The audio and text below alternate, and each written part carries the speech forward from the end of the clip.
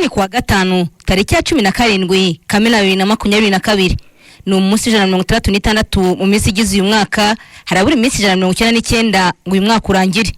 Uyu wa gatanu n'uwa 24 kuva 2022 yatangira, icyumweru twenda gusoza cyo ni cya 25 mu byumweru bizarangwa uyu mwaka wa 2022. Tukugezaho ibyabaye ku itariki nk'iyi mu isi ya siporo, maze tukakugezaho na bamwe mu basportifu bavutse kuri iyi tariki. Abo uyu munsi reka tubahere kuri Jordan Henderson.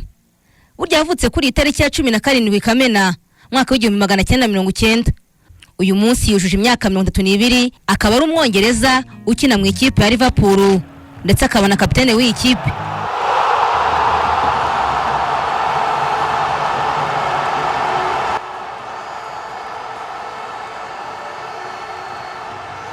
Akinira ikipe y'igihugu y'Ubwongereza.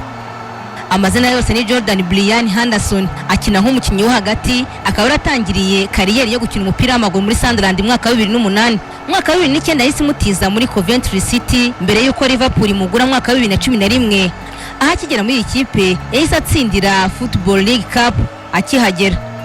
Yabaye kapitene w'ikipe ya Liverpool kuva mwaka wa 2015 nyuma ya Steven Gerrard. Yari kapitene kandi w'iyi kipe mu mwaka wa 2019 batwara UEFA Champions League ndetse na UEFA Super Coupe ya 2019.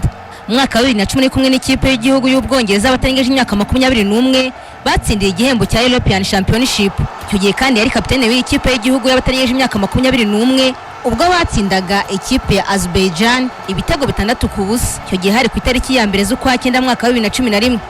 Naho mu ikipe nkuru y'Ubwongereza yari kumwe nayo batwara Euro ya 2012, ya 2016 ndetse 2014 na 2018 yari kumwe n'ikipe y'igihugu mu gikombe cy'isi. Jordan Henderson Liverpool yageze mu mwaka wa 2011, amaze kuyikinira imikino 325, amaze kuyitsindira ibitego 29. Na ikipe y'igihugu nkuru yatangiye guhamagarwa mu mwaka wa 2010, amaze kuyikinira imikino 39, amaze kuyitsindira ibitego 2. Undi wavutse kuri iyi tariki ni Clément Lenglet. Yavutse ku tariki nk'iyi mwaka w'1995. Uyu munsi yujuje 27. Akaba ari umufaransa ukina hagati mu ikipe ya FC Barcelone n'ikipe y'igihugu y'Ubufaransa.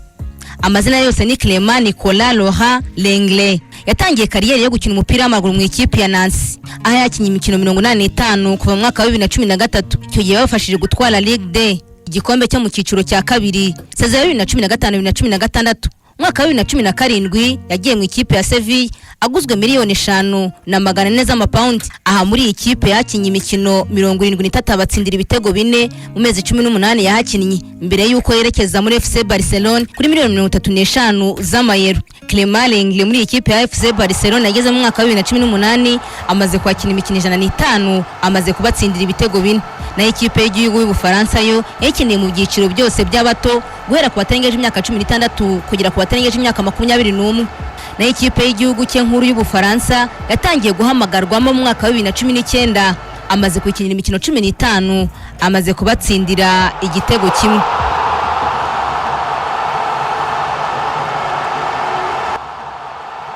Naho ibihe by'ingenzi tutapfa kwirengagiza byanditse tariki nk'iyi mu mateka y'imikino itandukanye ku isi. By'uyu munsi reka twibande mu Rwanda, tubihere mwaka wa 2013 ku itariki nk'iyi mu mikino ya Sekafa Kagame Cup ya 2013 yari gutangira ku itariki 18 Kamena 2013. Amakipe abiri y'u Rwanda yitabiriye imikino ni APR na Rayon Sport. Umukino wa nyuma ari kuzaba ku itariki ya mbere Nyakanga 2013. Icyo gihe kapiteni wa Rayon Sport yitwaga Hategekimana Aphrodis Kanombe ndetse n'uwari myugariro wayo Usengimana Faustin ntago bajyanye n'abandi bakinnyi b'ikipe ya Rayon Sport bari bagiye kwitabira iki gikombe cya Sekafa Kagame Cup 2013 cyabereye muri Sudan. Ibyatumye abo bakinnyi batajyana nuko bari bahamagaye mu ikipe y'igihugu Amavubi yari yakinye na Nigeria. Na ikipe ya APR yatwaye igikombe cya shampiyona cy'umwaka wari washize wa 2012 yagiye ihagarariye u Rwanda nk'ikipe ya mbere wayo. Naho Rayon Sport yo yari mu makipe 3 yatumiwe nyuma y'uko ikipe ya Young Africans ndetse na Simba ndetse na Tusker zikuye muri irushanwa rya Sekafa kubera ko zitizeraga umutekano wabo muri Darfur. Ibyo byari bike mu byanze tariki nk'iyi mu mateka y'imikino itandukanye ku isi. Niba utarayitunga waracitswe. Yuri gutegura nk'arabikugezaho The Esther Fifi Uwizera.